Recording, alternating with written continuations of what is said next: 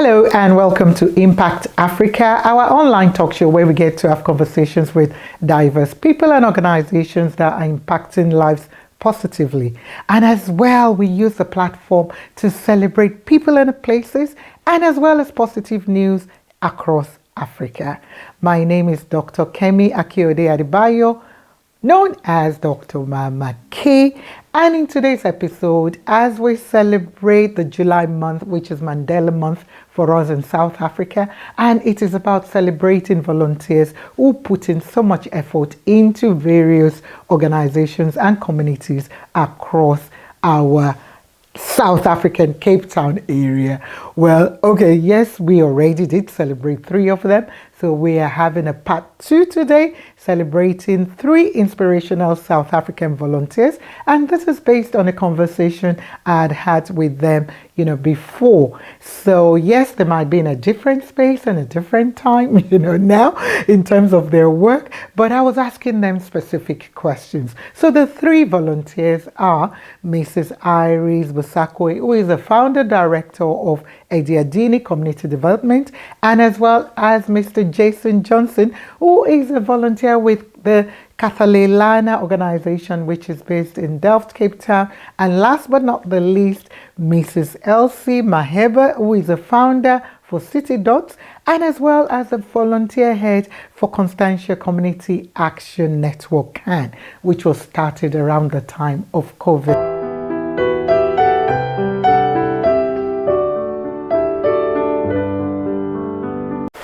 Okay, let me take you back to the conversation I had with this wonderful woman, Mrs. Iris Busakwe, known as Mama Iris. She is the founder director of Edyardini Community Development, which is based in Khayelitsha. And the topic of our full-on interview was called Love to Feed, which I will advise you to go and watch on our YouTube. And I was asking her, what does Edyardini mean? And, for her, what does it mean, for her? So enjoy. What does Edyardini mean, actually? What does that mean? Okay, Edyardini means at home. At home, okay. I called Edyardini, I gave it that name because I've got a women's organization called Sisonke Women's Club. Okay, wow, you're busy. I'm very busy. Yo, I'm going to okay, keep going. So you've got that women's club? Yeah, I've got a women's club called Sisonke Women's Club. Okay. We help each other when there's a death in the family. We help each other by giving money to the one who lost a family member. We go and cook, most our culture, when there's a death, we must cook, we prepare food. So we go there. From Friday, we prepare veggies. Saturday, we cook. Right. After the funeral, we make sure everything is clean. You must just sit there as one of our members. We do everything. Wow. So when I formed Edyardini, I knew that there's not only Edyardini, there's already Sisonke Women's Club. Right. And before Sisonke Women's Club, there's a youth development as well in this yard. So when did you start Edyardini? What year and why? Why did you start it? Yes, Edyardini is started during the lockdown. Okay. 2020, the first lockdown, I think in April. So what happened in that first lockdown, everybody lost their jobs, including my husband, including my daughter. My previous employer that I stopped working in 2016, he gave me a call. We've got a good relationship. We are friends, we are family. You will laugh how I met him. He was working with my husband at Eskom Kubek Power Station as electricians. Okay. So in 2002, Bobby Anombenden, he found his own company. Okay. It's an Binaledi engineering company. So for him to get tenders at Eskom, he had to have a partner. That partner had to be a black woman. Since he was a friend of my husband, he spoke to my husband about that. When he came to me and asked me about that, I knew him already as a friend of my husband because he used to come and visit here. Right. Then I said to my husband, no, I don't feel comfortable being a director of somebody else's company. Okay. Then he begged me and begged me, Iris, no, not going to lose anything. I'm not going to take you away from your community. Because at that time, I was very hard working with youth. Those trophies you see, I didn't buy them. We won them. Yes, wow. I had basketball, I had cricket, wow, dancers, I have photos that I can show you. You see. So he said to me, I know you love your community. I'm not going to take you away from your community. Then I knew he just needed a silent partner. But as long as he told me what's going to happen, I joined him. Right. Yes, I joined him. I worked very nicely with him. I ended up in Quebec myself. I ended up a director who had to go and address workers inside the plant of Quebec Power Station. I worked. So you definitely did the work. So it wasn't about just being a token. It wasn't just about the talking. ESCOM knows me. Everybody at ESCOM knows me and they respected me as a director, Awesome. So that's where I have learned to do my own organizations and all that. We still friends. He still supports me. And then when I left, I opened my own company in 2015. Okay. I opened a company, my own company, cleaning and catering. Oh, okay. With the assistance of him, of God. Okay. MIJ Temba. Wow. There's a lot in this house. I knew there must be a reason why I just immediately clicked. I just know this must be a power woman. There's a lot of things. Wow. I don't know. So catering and cleaning. Catering and cleaning company, whereas I haven't got tenders yet. Because I opened the company, registered the company in 2015 in November. Right. And then in 2016, my grandchild was involved in a very, very bad accident. He was hit by a speeding car. I don't know what happened to that case, don't ask me. But as long as my grandchild is alive, he's still under Red Cross. He had 30% damage on his head, his foot injuries, but he's alive. That's what I thank God. Yeah. That's why today I'm saving my community for free, because God did something big for me by saving that child, because the doctors even said to me, Iris, there is no chance. Then I said, you are not God. I've been praying. I stayed with him for 5 months in hospital and rehab. How old was he? He was 8 years then. Okay.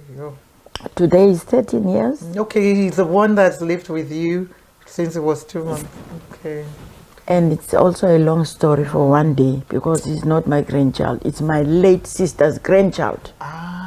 The last born, you remember, I said the firstborn and the last born died. So the last born, when she died, she left a 7-year-old child. Then that child was fostered by my oldest sister in King Williamstown. When she was doing grade 12, she fell pregnant. Then she didn't know what to do. She didn't want the child. And then everybody said, you have to sit down and look after your child. That's where I came up and say, bring the child to me. Wow. Then you carry on with school. Wow. You see, because she didn't have a mother. We as sisters had to be mothers and share. That's where I took this one. This one also thought I was the mother until he was 10 years old. Then I explained to him, this is the story about you. Because the mother also doesn't want the child. He's born for greatness. So, and he has somebody who has greatness. Yes, and I love him. I love him. All my children know that my number one is that place. So let's come back now to the Edyardini Community Development. So what do you do within? I know you soup kitchen, you spoke about, because I know probably one program might not be enough for you at this rate. I see. We might need to do a follow-up. We might need to do a follow-up, part 1, part 2 of Mama Iris. Because if not, but let's focus on here now. Edyardini. So you run soup kitchens. Yes. What do you do? Okay, what happened, my ex-boss phoned me and said, Iris, I know you're not working. what I'm going to do, and I know you love your people. You still have the ladies club. I said yes. Then what do you normally buy for families? Then I told him we buy sugar, 10 kg, milli milk, and all the stuff, rice. Then he said, go take a quotation. I will give you the money for all your club members. I've got those photos. And then I went to buy. The next week, he said, I'm going to give you another 5,000. What you going to buy? Then I said, there's a lot to buy, Bobby. Nobody is working. Then he said, as long as you forward me with the slips and all. That's what I did. And then a lot of people came to say they want to join the women's club because they see that I'm feeding the people. That's when I decided, no, man, let me organize a soup kitchen, because Bobby promised me only for 3 months. After 3 months, what's going to happen? You have to sustain That's yourself. when I went to Facebook and I checked. I got a Woodstock Brewery. They've got a mother soup. I contacted them. Yay, those people, I'm telling you, they did a great job. Wow. So they gave me supply liters of soup, hot soup, bring hot soup with their baggy, bread, loaves, 60 loaves of bread. They've been feeding the people for almost that whole year. Yeah. And then I wasn't sleeping. I've been looking, Facebook. Then I saw Ikambalabandu. Then I chat with them. They came to see. They give me dry food. And then I cook. Wow. With their dry food, and I haven't stopped there. Wow. I look and I look and I look, because the schools are closed. The children are starting to do naughty things. Then I said, come, that's my duty. Youth development, come. I've got dancers. Hey, Mama K. Really? You need dancers, I need to come on the you day, must because come. I love dancing. Yay, So Mama you do K. dancing, theater, you know, and so I on. must show At you what those age? videos. What age? It's is from it? 7 to, it's under 15. Okay. Yeah.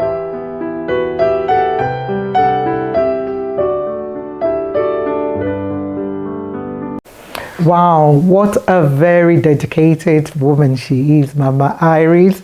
Shout out to you. Yes, she was explaining there that Edyardini means being at home, you know, which is in Xhosa language. And she was adding the fact that, yes, it was when she started a smaller organization, club, then which grew on, you know, to whereby they're supporting each other based on what they need in the community, and especially those who are struggling. And I'm just so glad, you know, that such an NGO, non-governmental organization, could be started, you know, around the COVID time, you know, which for most of us was just, wow, yeah, daunting. But it's a new season, and kudos to Mama Iris for what she's doing. And we will revisit it just to see where she is, because I know she has a lot of other projects she's been working on. Reading project, garden projects, and a lot of skills development projects for the young people she works with. Okay, so another young man. Yeah, we try and make sure we don't leave our youth and our men behind. And that we will be featuring in this part 2, where we're celebrating 3 inspirational South African volunteers, is Mr. Jason Johnson.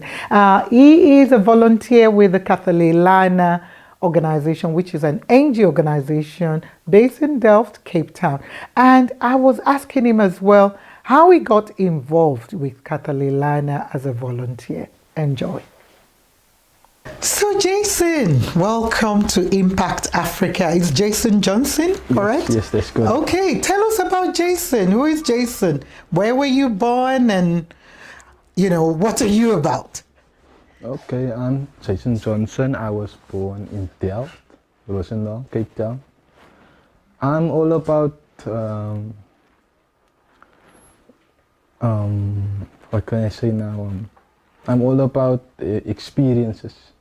Okay. And taking knowledge from everyone I know. Yeah, that's what I'm all about. Wow, I love that, about experience, taking knowledge. And how old are you, Jason? I'm Do you get to share? 24 years old. Okay, and you seem to be a very quiet person. Yeah, I'm very quiet. Yes. Okay, so how did you get involved in Khathalelana as a volunteer? At first, there was a course with Auntie Marlene. Auntie Marlene is the founder of Khathalelana. The founder of Khathalelana. Okay. Yes. So I went to the course, so I figured, why not volunteer? So I got into volunteering, and I now am an admin volunteer. Okay, when did you start? I started at April month. April, wow, that's awesome. And what has your experience been so far as an admin? Awesome. So what do you do as an admin volunteer? What does your work involve? My work basically involves documents. Okay. And meetings, such things like that. Right. And that's important because you need to make sure documentations, are filed properly, run smoothly. Because a lot of people see volunteers out there, maybe at events, but what happens behind the scenes? So you're the guy. That's the other story. Behind the scenes. Behind the scenes is madness is going on. Because there must be someone that takes control of the situation and just makes it run smoothly. Okay. So what do you enjoy most about being a volunteer then? The kids. The kids. Obviously, yes. Okay, so you guys work with kids in the area. I'm also in the after school program. So there's also my passion, kids. Ah, you love kids. Yeah. So I know earlier on you were talking about the fact that the kids actually are allowing you to be more patient. Yeah. Is that correct? Yeah. Okay. I'm a very quiet but very impatient person. So I learned this from helping the kids and helping them with the school. Right, so that requires many patience. And that's interesting, because if you're quiet and you're an impatient person and the benefits you've getting already now is the fact they're helping you, to slow down to the extent of, where you said they actually gave you, one of them gave you a thank you card or something? Yes, they actually tell us that story, how that happened. Actually, that happened when I helped this girl. And this girl, when the after school was finished, she came to me and she gave me this card saying, "Thank you, Mr. Jason, for the day." Wow, that's so touching. That for me is the highlight.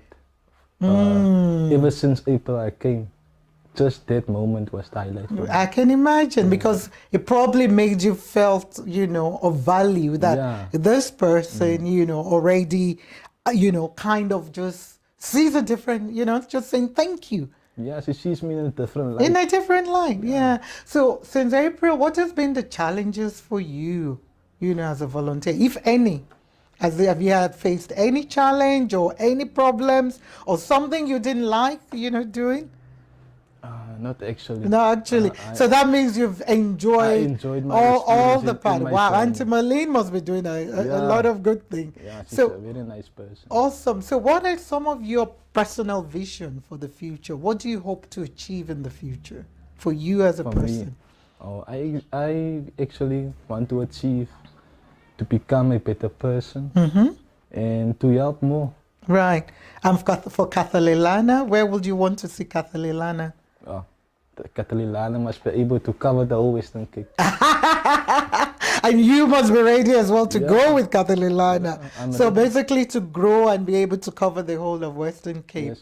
And for Delft, as a community, what would you like to see more in Delft? Honestly, it's just the unity. To get more unity out of them. Because if a community stands together, nothing can come breaks them. You see? Wow. So that would be nice for me to see and to be part of it to make it happen. Awesome.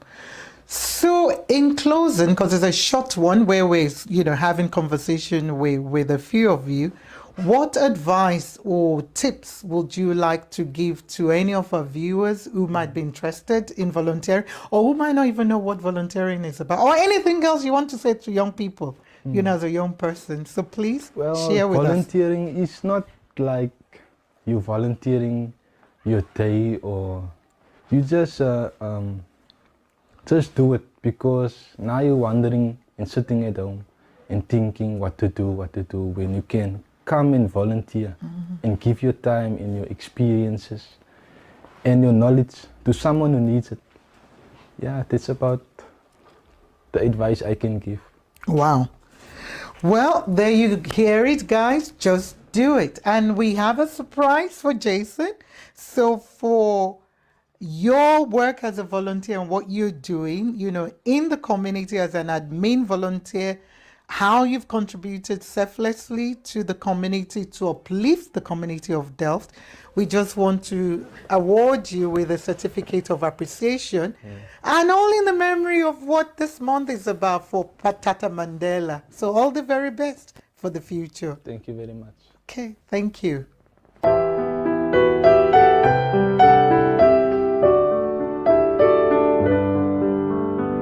Thank you so much, Jason Johnson, for that insight into how you got involved, being a volunteer with Khathalelana, which is a non-governmental organization which was started by Mrs. Marlene Jameson, my dear sister friend. And yeah, you heard him, saying that, he started basically, through Marlene, encouraging him and saying, why not?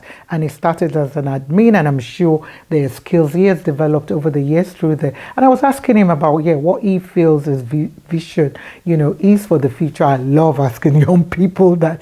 And you heard when he said that, for him is to become a better person and to help more people. Well done, Jason. And this was taken out of a time that we asked questions with other volunteers who were working, volunteering, work as it is with Khathalelana. And the title of that YouTube recording is called Our Dedicated Volunteers. So go and look for it to watch the full-on interview.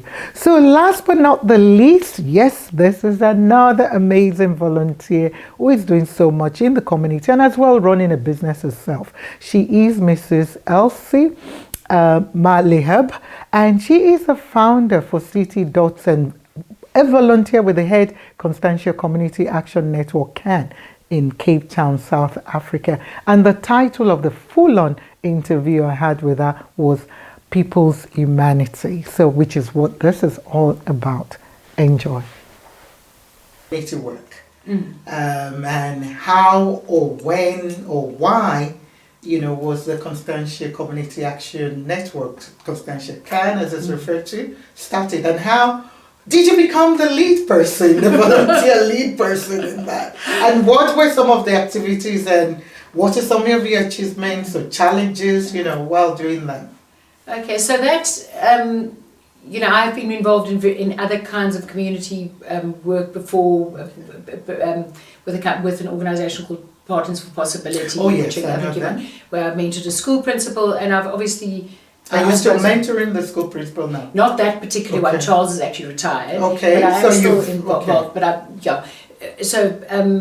I still am involved with some of the people that I met through that organisation. So when I guess when COVID started, I think it was the initiative of a couple of young people who formed this thing called Cape Town Together, and they had this, which I think turned out to be an absolutely brilliant idea of putting communities together. And you could basically, any community could create their own community action network, and then they paired communities together. And I just think it made it much more personal than, I'm not saying someone putting money into the Solidarity Fund wasn't useful, but it gave it a very real personal connection. And people were so desperate to try and do something and help. Yeah. So in Constantia, I wasn't actually, I think I joined about 2 weeks after it started, but it was one of the moms that was a mother in the same class my daughter was at school at that stage, was the head of the Constantia CAN, and I contacted her and I said, what can I do? And originally she said, well, can you help us do some of the mapping, because we as Constantia CAN had been partnered with Khayelitsha Site B, and you're sort of not quite sure. We knew we wanted to focus initially on feeding, and because the kids had all left school and the daily meal was not happening. But sort of where to start was another thing. Yeah. But it was an incredible sort of organic process. She eventually had to, for personal reasons, leave, so I took over in about, I can't remember, July of last year. I said, I'll do this for a month. And there you go, you stuck with it. But no. So initially we were quite a big committee, and the one guy who's actually the last man standing with me at the moment, has been, and the only man on our committee, was incredible. So initially when we started, we didn't have, we were getting connections with people in the community. Okay. And Craig used to drive actually every day into town, pick up ready-made soup from ladles and from the restaurants in town that cooked, which a lot of people were doing, and then drive into Khayelitsha and do a kind of 5-hour round trip, dropping it off at all our locations. But we realized that was soup kitchens. Yeah. But that was not sustainable. We wanted to set people up to be able to cook themselves. So we eventually got to the point where we bought equipment for everyone. Right. And you know how we found the people. There were a couple of lucky connections. Ladles of Love have been an unbelievable partner through all of this to us and to many of the beneficiaries and NGOs in the Cape. They've given us a lot of our basic product that we then deliver to the soup kitchens, but we just had to put the logistical system in place. And then we also connected with an organisation called the Dental Wellness Foundation, which is a UK charity, and they do oral hygiene education at schools in the Cape and in the UK. And through a connection in Constantia, she said we have these mamas from the Dental Wellness Foundation who are amazing. And 12 of our soup kitchens eventually were run by the mamas of the Dental Wellness Foundation, who are all ages and just wonderful. For a while they weren't obviously doing their teaching in their education in the schools, but they have now gone back, but they still are cooking from whatever facilities they had, some from their shacks, some from small homes, just incredible. So I mean in our whole operation where there have been many people contributing, the real heroes have been the people on the ground who have woken up every single day for the last 18 months, 5 days a week and cooked. Right. You know, so that has been incredible. And I have